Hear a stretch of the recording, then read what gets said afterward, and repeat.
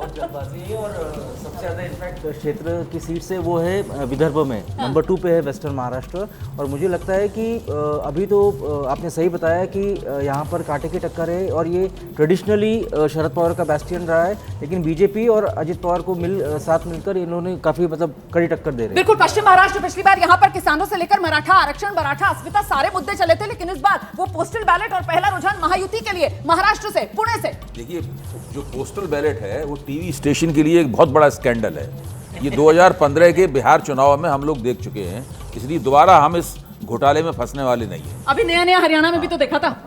सावित्रीबाई फुले का भी है, तो हम महिलाओं की जो बात कर रहे हैं, हमें देखना होगा कि पुणे में जनता जो है वो किस तरह से वोट करती है। तो पहला रुझान जो वहां से आ रहा है, ये बड़ा इंटरेस्टिंग लग रहा है। बहुत इंटरेस्टिंग। आपको भी लग रहा है पहला रुझान पुणे कैंट से? तो रोमाना जी, वो रेस की जो बात चल रही थी, उसी एनालॉजी में मैं ये कहना चाह रहा था, दरअसल ये रिले रेस है ही नहीं, ये 3 लेगेड रेस है। एक दौड़ होती थी जिसमें 2 बच्चे पैर बांध लेते थे रुमाल।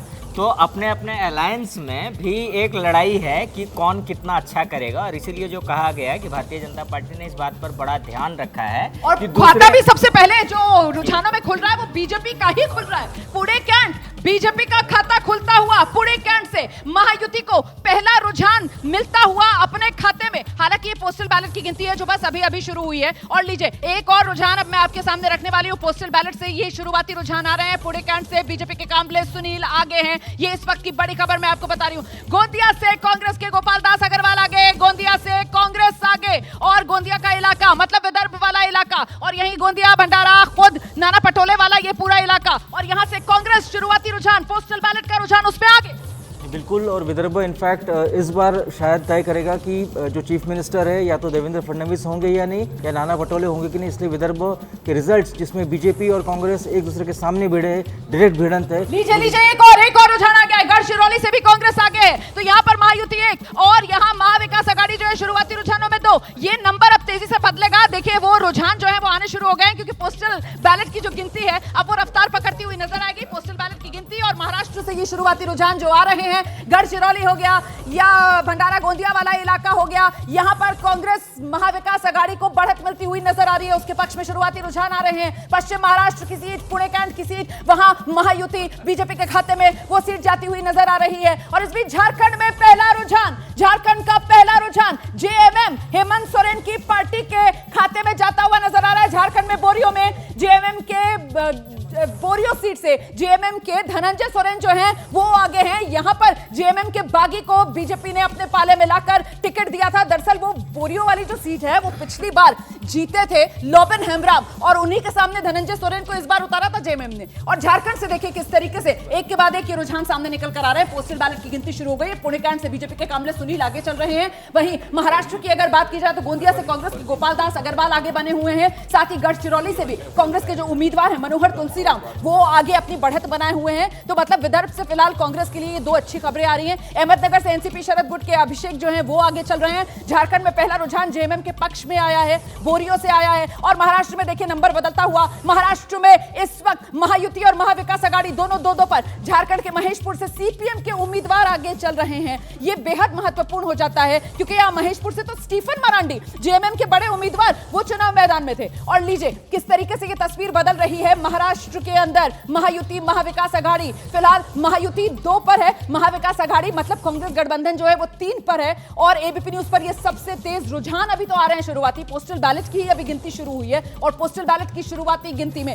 मामला बहुत करीबी, बेहद नजदीकी चल रहा है। और इस बीच लेके इस वक्त की बड़ी खबर मैं आपको बता दूं, उत्तर प्रदेश 9 सीटों पर उपचुनाव हुआ है, और 9 सीटों पर उपचुनाव। मीरापुर आरएलडी की उम्मीदवार यहां से मिथिलेश पाल चुनाव मैदान में, और मिथिलेश पाल आरएलडी की मीरापुर सीट से आगे हैं। शुरुआती रुझानों में सुंबुल राणा को पीछे करते हुए समाजवादी पार्टी की उम्मीदवार को मिथिलेश पाल आरएलडी की उम्मीदवार ने अपनी बढ़त बना ली है। उत्तर प्रदेश में पहला रुझान का खाता जो है वो एनडीए का यहां पर खुलता हुआ। और लीजिए महाराष्ट्र के अंदर नंबर फिर से बदल रहा है। महाराष्ट्र में आप देख रहे हैं महायुति 3 पर ही है, लेकिन महाविकास आघाड़ी कांग्रेस गठबंधन जो है वो 4 पर पहुंच गया है। अभी बिल्कुल शुरुआती स्टेज है, ये एकदम शुरुआती रुझान है, अभी कुछ भी कहना मुश्किल है। जी बिल्कुल, ये आप पोस्टल बैलेट नहीं, पोस्टल बैलेट अभी तो शुरुआत हुई है। और मैं वहाँ से नासिक से आता हूँ जिसके पास वो है साईं बाबा का मंदिर। तो श्रद्धा और सबूरी तो मतलब है कि अभी सब्र कीजिए, अभी तो आने वाला है। बिल्कुल, अभी सब्र करने की जरूरत है, लेकिन नंबर पर भी नजर लगातार बनाकर रखने की जरूरत है। और ऐसे में महायुति आप 3 पर देख रहे हैं, महाविकास आघाड़ी 5 पर है। यहाँ पर शुरुआती रुझान है, अभी तो बैलेट जो है पोस्टल बैलेट उन्हीं की गिनती शुरू हुई है, लेकिन उसमें 8 का ही अभी तस्वीर खुली है, जिसमें महायुति 3, महाविकास आघाड़ी 5। मैं रोमाना जी पहले भी बोला हूँ कि जो विदर्भ और मुंबई जीतेगा उसी की सरकार बनेगी। और मेरा अपना व्यक्तिगत आकलन ये है कि महाराष्ट्र में विदर्भ से चीफ मिनिस्टर बनने की संभावना कम है। चीफ मिनिस्टर चाहे महायुति हो या महाआघाड़ी, मुंबई से ही बनेगा। बिल्कुल, लेकिन मुख्यमंत्री जो विदर्भ से बने हैं ना, 2 देवेंद्र फडणवीस और वसंतराव नायक, उन्होंने महाराष्ट्र की सत्ता के अंदर 5 साल का कार्यकाल अपना पूरा किया है। ये भी खिताब विदर्भ वाले नेताओं के नाम पर ही है। और फिलहाल विदर्भ जिसका जिक्र कर रहे हैं शुक्ला जी कि साहब, जो विदर्भ जीतेगा वही सत्ता के करीब पहुंचेगा महाराष्ट्र में। तो फिलहाल ये जो महाविकास आघाड़ी और कांग्रेस, विदर्भ से ही ज्यादातर सीटें आ रही हैं, इसकी तो पोस्टल बैलेट में शुरुआती।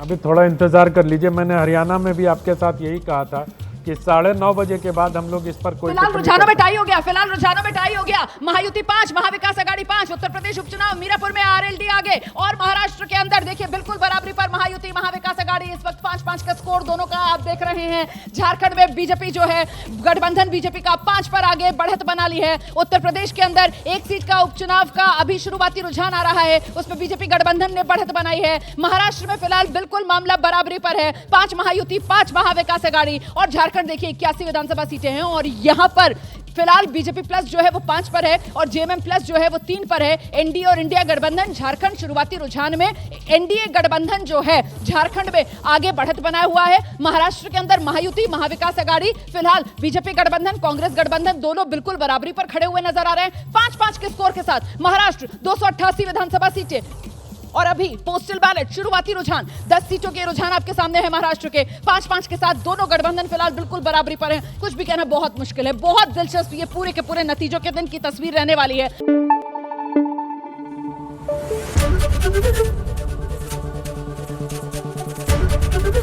एबीपी न्यूज आपको रखे आगे।